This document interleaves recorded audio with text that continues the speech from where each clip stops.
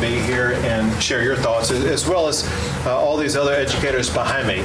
We had a very robust conversation about advancing education and making sure that we're delivering the best possible education product for our children. Also, I want to thank Carol Scott with Del Mar College for hosting this event today.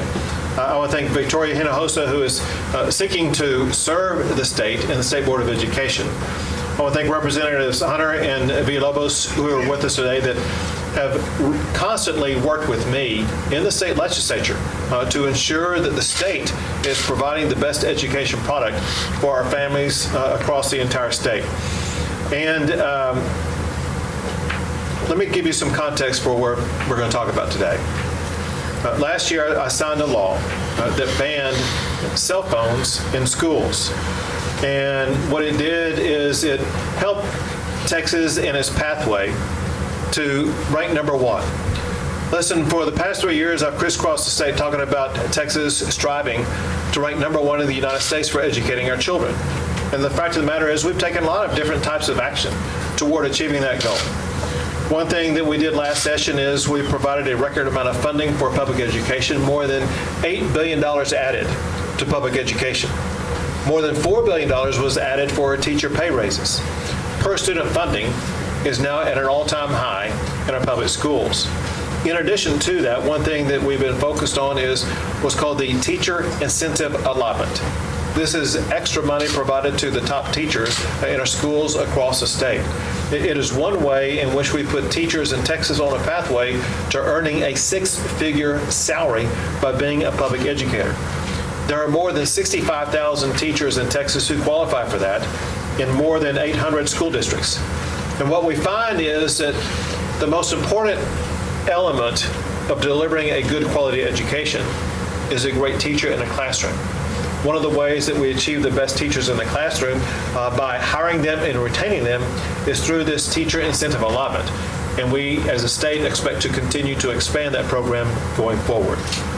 Our goal now is to ensure enduring progress on achieving our number one ranking. And that is the purpose of the Texas Classroom Commission. The commission is made up of more than 20 accomplished current and former public school educators from every region across the state. There are two from right here in Nueces County. One is Abigail Grataski with the Cal Allen ISD. The other is Nidia De La Cerda from Toloso Midway ISD. I'm very grateful for their input. They're both here today and both shared comments and suggestions to me as well as the other educators who join with us today. Their task is to work with their fellow public school educators across the state over the coming months to help formulate strategies that will ensure that Texas continues to progress on the pathway to becoming number one. Goal number one is to improve at reading and math. And it's more than just a focal point. There have to be strategies that are implementable by educators that will ensure that all of our students are going to do better at both reading and math. One of the best ways to make sure our students are doing better at those subjects and other subjects is to make sure we have the best teachers in our classroom. Another task of this commission is to find new and different and enhanced ways of having the best teachers. Part of that's what I mentioned earlier about the teacher incentive allotment, but there's other training programs and residencies and other strategies that will ensure that we have better teachers. And then a third element, and that is when we have the great teachers in our classrooms, we need to have strategies that will allow them to be more effective. One strategy that we implemented was that law that I told you about earlier, that I signed that bans cell phones in our schools. Administrators say that cell phone ban led to noticeable improvements both in and out of classrooms. Educators report that class participation and grades are up, and bullying and cyberbullying have gone down. Now what we want to do is to expand on that success, and I want a new law that will limit screen time in classrooms. Studies show that decreased screen time leads to an increase in academic results, and that will help continue us on the pathway toward becoming number one. The new law will limit the use of devices like laptops, tablets, and electronic devices in classrooms. It will emphasize physical materials like books and papers and handwriting, as well as direct teacher instruction. Technology should only be used for specific lessons and specific assessments, not as a substitute for teachers or other proven methods of learning. Some schools in Texas already limit screen time. Typically, they do it by a limited number of minutes per class or per day. Screens should support learning, not hinder it. One educator put it well. She said, "There's nothing more powerful than a classroom with students paying attention and a highly effective teacher using a great curriculum. That is the recipe for a top education." The Texas Classroom Commission will evaluate this proposal, work with other educators around the state, as well as with students and parents, and provide their own recommendation on ways to limit screen time in classrooms. Working together, we will put Texas on a pathway to rank number one in educating our kids. I'll be happy to answer a few questions about this. Well, Governor Abbott, Brian Hopper, KFYI TV. Texas, according to U.S. News and World Report, ranks approximately, give or take, 30th out of the 50 states plus the District of Columbia, while higher ed in Texas ranks about 20th, considerably higher.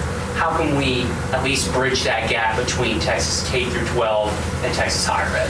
First, let me tell you something about higher ed, and then I'll come back and make the point more directly and answer your question. And that is, when I first became governor, I noticed that other states were ahead of Texas as it concerned Tier 1 research universities. And I said I wanted to change that. I wanted Texas to rank number one in America for the most Tier 1 research universities.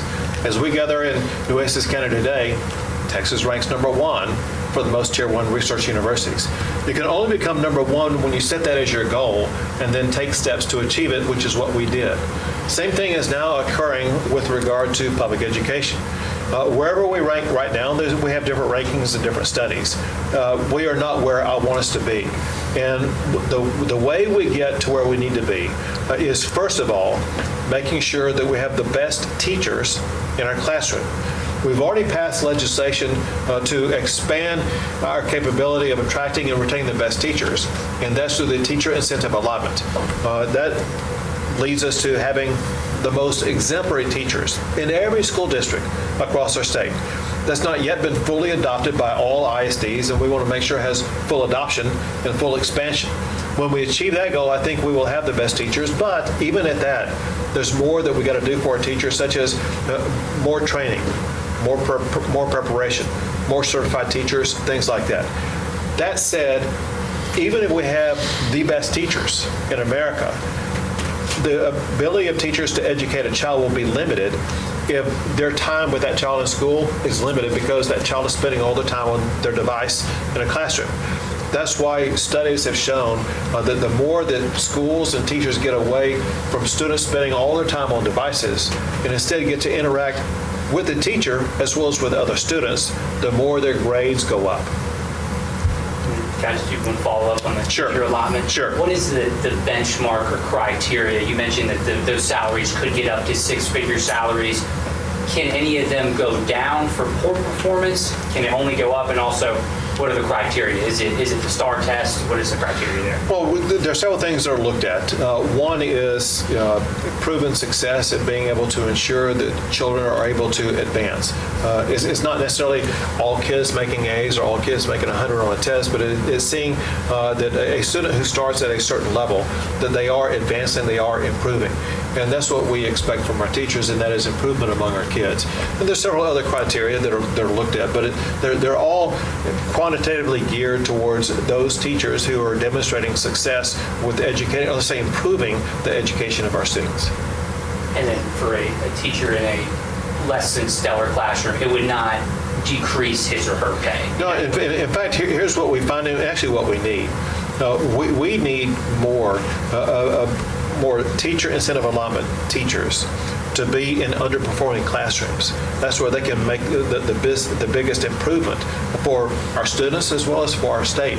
And that's one reason why that incentive really does help those teachers who may otherwise not want to be in an underperforming school or classroom, will entice them to go there, knowing they truly have a chance to shine as an educator, to transform a child's life by giving a child an outstanding education. And here in Corpus Christi ISD, the school year just began with several fewer campuses than there were last year. The district closed campuses citing financial challenges. And I understand that that's been the situation in other districts across the state. Do closing schools have any role or impact on your plans for legislative educational policy? So they don't, but I'm happy to expand upon what's going on with schools, because it's not just in Texas, it's across the country. And that is what happens is demographically, there are fewer students. Demographically, there are more adults without children. And funding for schools in Texas is tied largely to attendance of children. If there are fewer children attending a particular school, that means less funding for that particular school, and that leads to some closures of some schools. There are other regions in Texas where new schools are being built because there's a higher volume of students in that particular region, maybe regions that people are moving to. I'll give you some easy examples. We are seeing movement of young adults with children away from inner cities and moving to the suburbs for a very simple reason. It costs less to the areas they're moving to. The property taxes are lower, the cost of living is lower, the size of the yard they're able to have in their home is larger. And so they're choosing to move away from inner city schools to suburban or even rural schools. And because there are fewer students in the schools they're leaving, that means that there's less revenue for those schools, which means there needs to be consolidation in those schools, which means that some schools close down. Before we go to any other questions, can we just hear from the other speakers? Yeah, absolutely. So next we're going to go to... I'll speak. Okay. I thought it was you. Okay. As a parent, I have 3 children that attend Texas public schools. I am very supportive of this proposal. I think that there is a purpose for technology in the classroom, but that purpose needs to be intentional and not the go-to item that teachers go to when time needs to be filled. As a parent, my children's, I think of stories when they come home from school and they're not telling me about the games they played on their computers. They're telling me about the times that their teachers sat down and worked with them. The one-on-one time they get with their educator. In addition to that, they're talking about the times when they're working with their peers. When they're on a computer, they're one-to-one. They have headphones on. They are locked in on that screen. I know because when they're at home and they try to get on their iPads, I have to yell to get their attention. So whenever we think of the classroom, we need to protect that space and make it a safe place to where technology can and should be used, because they're growing up in a world where technology is everywhere. However, we need to make sure that it's intentional and that their learning is coming from their peers and, most importantly, their teachers. So I think it's a great proposal. Well said. Thank you. Representative Villalobos. I just want to thank you, Governor Abbott, for spearheading this initiative. I will tell you, as a mother of a young child, this is extremely important. We recently watched Toy Story 5, and it was all about this, and the amount of screen times that kids in this generation are now doing that make them like zombies. And I'll give you a story from a mom right in my district. She has a second grader and a first grader.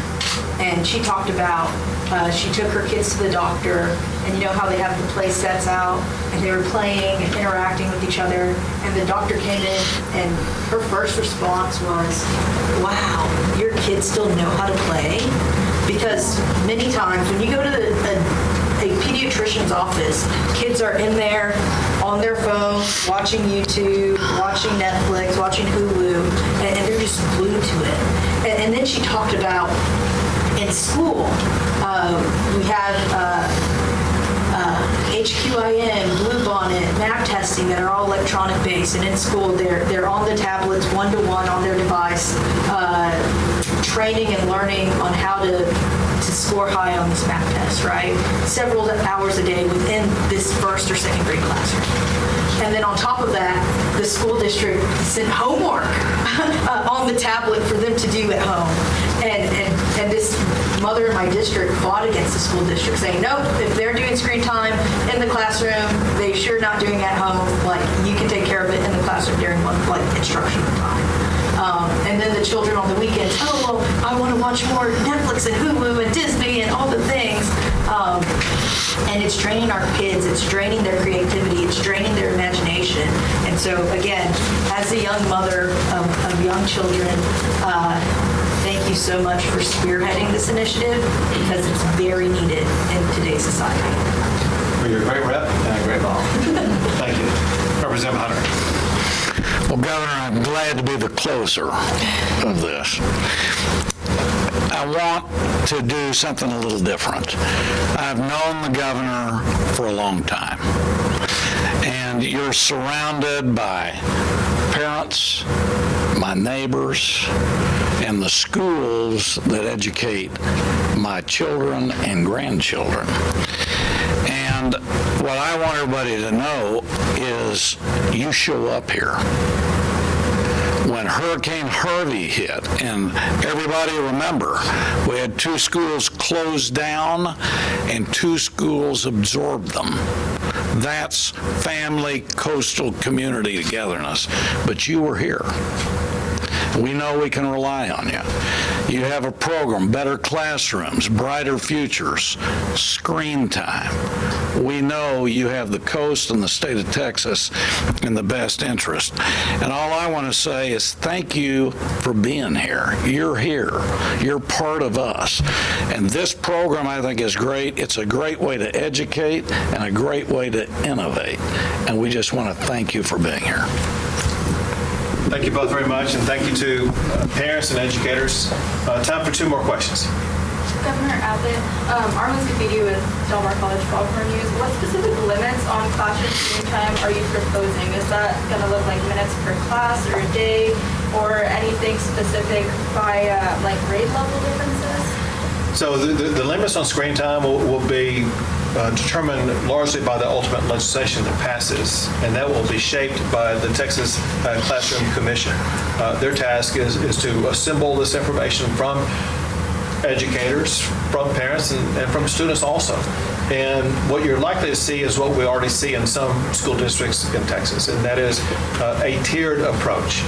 For grades kindergarten through 5, maybe a limit of 10 to 20 minutes a day. For grades above that, maybe a limit of between 30 minutes to an hour per day. There could be some that have a certain limit per certain class, but those are details that need to be fleshed out by hearing more from more educators, more schools, and more students across the state. If your goal is to make Texas the #1 state in the country for educating students, why do you believe sending public dollars to private schools is the best investment when we still have public schools struggling with reading and math? Sure, the 2 work in tandem together. A goal that we have for all of our students is to empower the parents of those students. Teachers play a pivotal role in educating a child. No one can supplant the essential role that a parent provides. No one knows a child better than a parent. A parent is the one who hears the child and what they have to say when they come home, and the challenges that they may have at school that others may not know about. And we wanted to make sure that all parents would have the ability to choose the education pathway that's best for their child.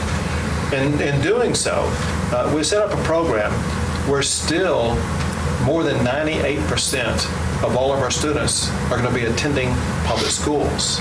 If we're going to rank #1 in educating our children, we have to rank #1 in our public school system. To do that, we have to have the best teachers. But the best teachers cannot be hindered by students being tethered to screens all day long. So there's multiple things that have to be achieved for us to rank #1. Great teachers, funding those great teachers, providing them with the best strategies so they're going to be best capable of educating our kids. All of that will lead to Texas ranking #1 in educating our kids. Thank you very much. Thank you, guys. Good job.